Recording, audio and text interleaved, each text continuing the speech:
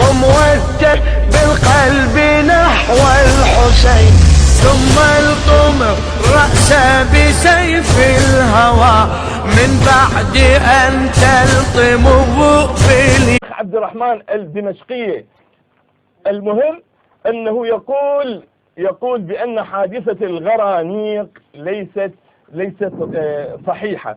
وإذا أجد بمصدر محمد عبد الوهاب صاحب المذهب الوهابي في الصفحة 24 في كتابه مختصر سيرة الرسول يصحح رواية الغرانيق، ويعترض على تصحيح محمد عبد الوهاب، يعترض عليه الغزالي والقرضاوي، وهما الغزالي إلى رحمة الله الشيخ محمد الغزالي، والقرضاوي حي يرزق.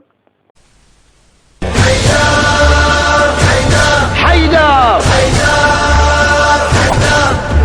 من كربلاء قد أخذنا الدروس وعلمت. كان في قضية ابن مسعود ينكر سورتين، وأنا أريد أبو منتصر أن يقسم كما أقسمت أنه وابن ماجه ومن الصحاح الستة كلهم يتفقون على أن في القرآن سورتان لا نقرأها اليوم، وأن في القرآن زيادة، وأن في القرآن نقصان، وهذا ما رواه. وحتى ذهب الاتهام إلى رسول الله بنفسه، ما أخرجه البخاري، أن رسول الله نفسه قال سمع رجلا يقرأ القرآن فقال وهو أعمى، فقال رحم الله فلان لقد ذكرني بآيات للعدل للحق لنهج التقى نعطي دماء من جراح الرؤوس. حيدر الخطاب في خلافته أفتى صراحة بأن من أجنب ولم يجد الماء فليترك الصلاة. نعم، تفضل أنت تتكلم عن جمهور المناظرين. أنا أتكلم عنه أحسن. نعم. أفتى في حياته في خلافته أيضا وهو خليفة المسلمين. إن حرموا الصدر بلطم الكفوف رؤوسنا نلطمها بالسيوف، وهذه الأسياف مرفوعة. أخرجه البخاري ومسلم. إذا أعطيك مثل على الأخ الكريم. أول ما بدأ كلامه قال اللهم صل على محمد وعلى أصحابه أجمعين. هذا التحريف، هذا المقصود بالتحريف. قال وآله. لا قال آله، أي آله مفروضة. لكن أصحابه لا، لأنه المطالب هم الأصحاب أن يصلون. بسم الله الرحمن الرحيم، إن الله وملائكته يصلون على النبي يا أيها الذين آمنوا صلوا عليه وسلموا تسليما. البخاري يقول جاءوا إلى رسول الله قالوا يا رسول الله عرفنا كيف نصلي عليك كيف نسلم عليك، ولكن لم نعرف كيف نصلي عليك. قال قولوا اللهم صل على محمد وآل محمد كما صليت على إبراهيم وآل إبراهيم في العالمين إنك حميد مجيد. ما في أصحاب، الأصحاب هم المطالبين بالصلاة. فليش أجمعين؟ هذا التحريف. أجمعين معناها بما فيهم معاوية ويزيد وعمرو بن العاص والمغيرة بن شعب. لا، خلينا أبو بكر وعمر، أنا نحكي على الذي ثبت فسقهم في التاريخ وإجرامهم في التاريخ وزناهم في التاريخ. هؤلاء يصلى عليهم اليوم. طيب خلينا أوكي، أنا أقول للإخوان اللي ما يعرفونش هذه الأسياف مرفوعة وكل أرض هي أرض الطفوف. حيدر حيدر حيدر حيدر بچه ها دست بابا خونی شده. الحمد لله رب العالمين، والصلاة والسلام على أشرف المرسلين نبينا محمد وعلى آله وصحبه أجمعين.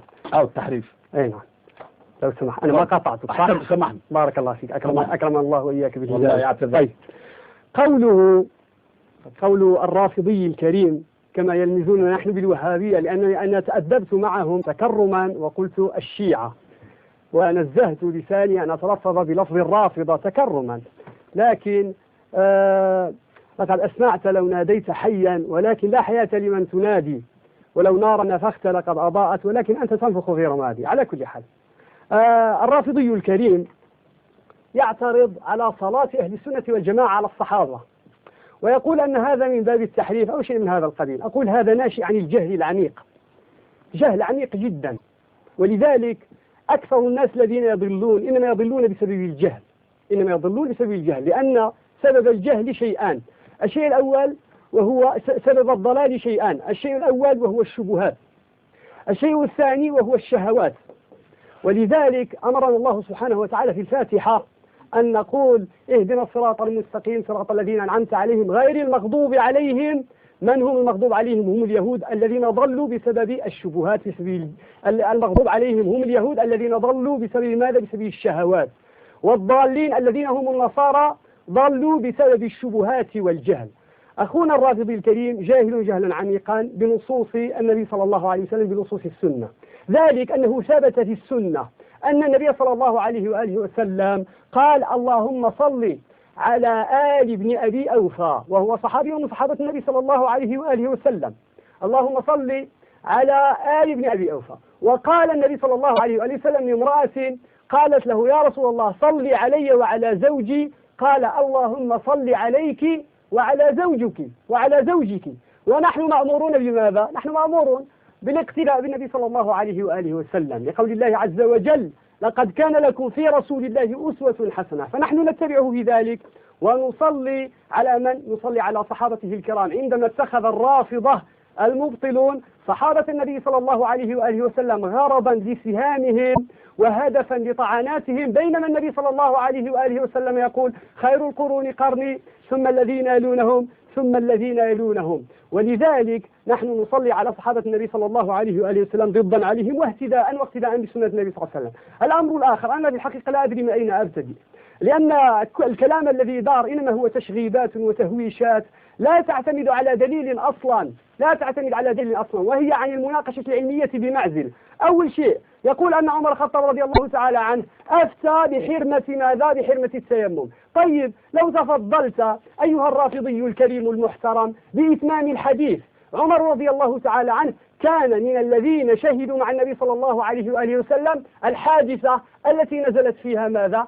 التي نزلت فيها آية التيمم، ومع ذلك نسي. لماذا نسي؟ لأن النبي، أرجوك بارك الله فيكم لا تشوشوا علينا، لأن عمر رضي الله تعالى عنه إنما هو بشر من البشر ينسى كما ينسى البشر وليس بمنزه عن النسيان، فلذلك نسي رضي الله تعالى عنه. فلما سئل عن التيمم أنكره رضي الله تعالى عنه ونسيه، فذكره عمار، فلما ذكره عمار قال له إن شئت أن لا أحدث بهذا الحديث فلا أحدث، أي أنت يا عمر يا أمير المؤمنين تحمل مسؤولية منعي من هذا الحديث. قال لا، بل نوليك ما توليت. وهذا هو النص، هذا هو النص الذي أخفاه ولبس وغالط عباد الله الذين يسمعون، غالطهم هذا الرافضي الكريم المحترم. الأمر الثاني أن هذا يدل على جهل عميق جدا. لماذا؟ لأن إنكار شيء نسيانا هذا ليس من باب أبدا، هذا ليس من باب تحريف القرآن وليس من باب التحريف في شيء، فهناك خلط وخبط شديد في هذا الموضوع. أمر آخر أن عمر رضي الله تعالى عنه إن كان يطعن فيه بأنه لا يعرف حكم التيمم فالطعن في علي أولى، في علي بن أبي طالب رضي الله تعالى عنه، نعله تاج رأسنا، الحسن والحسين سيدا شباب أهل الجنة وأبوهما خير منهما كما ثبت في مصادر أهل السنة والجماعة. ومع ذلك علي بن أبي طالب رضي الله تعالى عنه لم يعرف حكم المذي، ولذلك كما ثبت عند أحمد رضي الله تعالى عنه بالسند الصحيح أن عليا كان يغتسل من المذي حتى تشقق ظهره ودخل عليه من ذلك عنة شديد، فأرسل يسأل النبي صلى الله عليه وآله وسلم المقداد بن عمرو فقال له النبي فضحك النبي صلى الله عليه وآله وسلم عندما علم بهذا، ضحك وقال فيه الوضوء.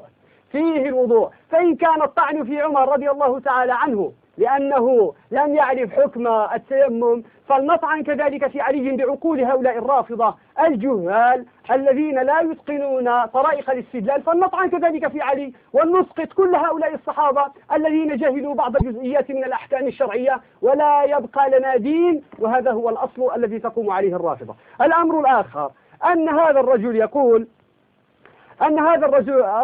يقول مثلا أن الصلاة على الأصحاب أجمعين معنى ذلك الصلاة على عمر، الصلاة على معاوية، الصلاة على يزيد. هذا يدل على جهل عميق، أن هذا الرجل لا يعرف بأن يزيد ليس من الصحابة.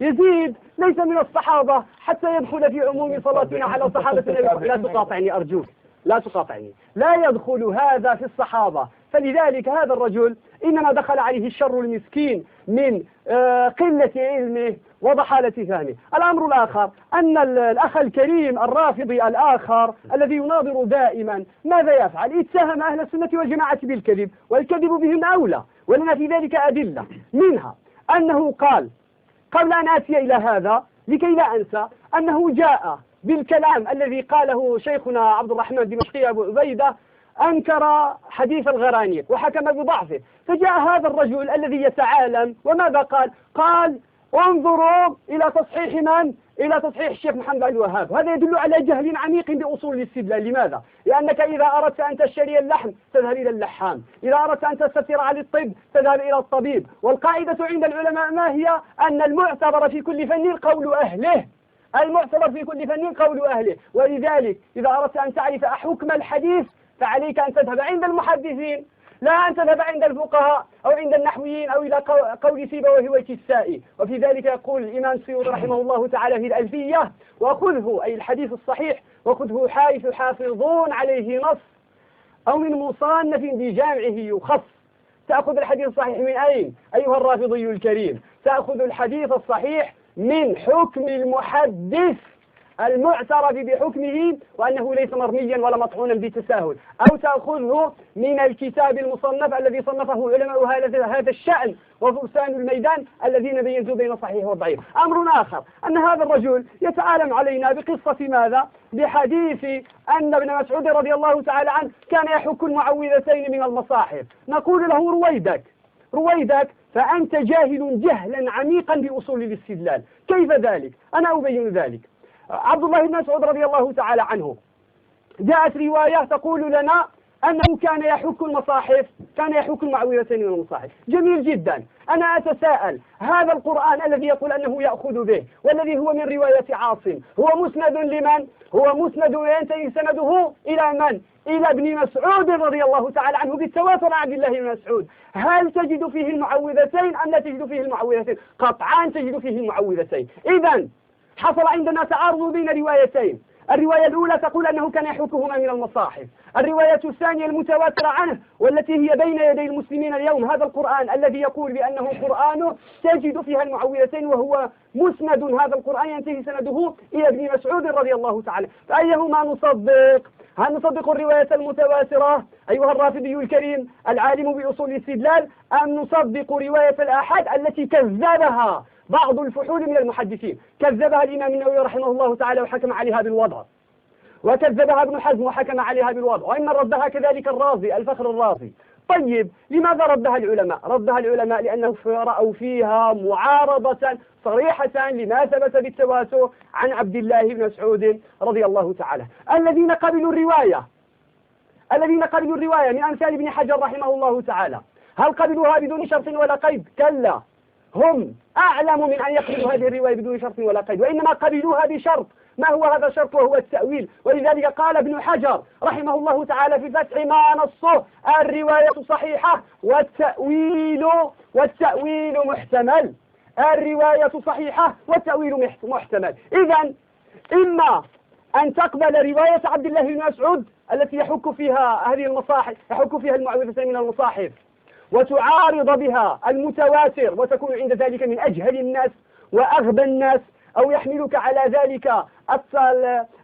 على ذلك التعصب للمذهب. وصدق من قال حبك شيء يعمي ويصم، وإن من بنى دين الرافضة على التعصب للمذهب وعلى أمثال هذه الاستدلالات الباطلة التي يحسبها الناس أنها جبال بينما هي في الحقيقة صوف منفوش إذا نفخت عليها بالعلم أصبحت قاعا صفصفا لا ترى فيها عوجا ولا أمتا. هل تقبل رواية الآحاد وترد المتواتر؟ لا يقول بهذا عاقل. فإن قبلت رواية الآحاد ورددت المتواتر عن عبد الله بن مسعود وقبلت الرواية التي طعن فيها جمع من العلم فإنك يلزمك قطعا حتما دقيقة واحدة. نعم، قطعا حتما أن تفعل ماذا؟ أن تحل التعارض الواقع ما بين الروايتين.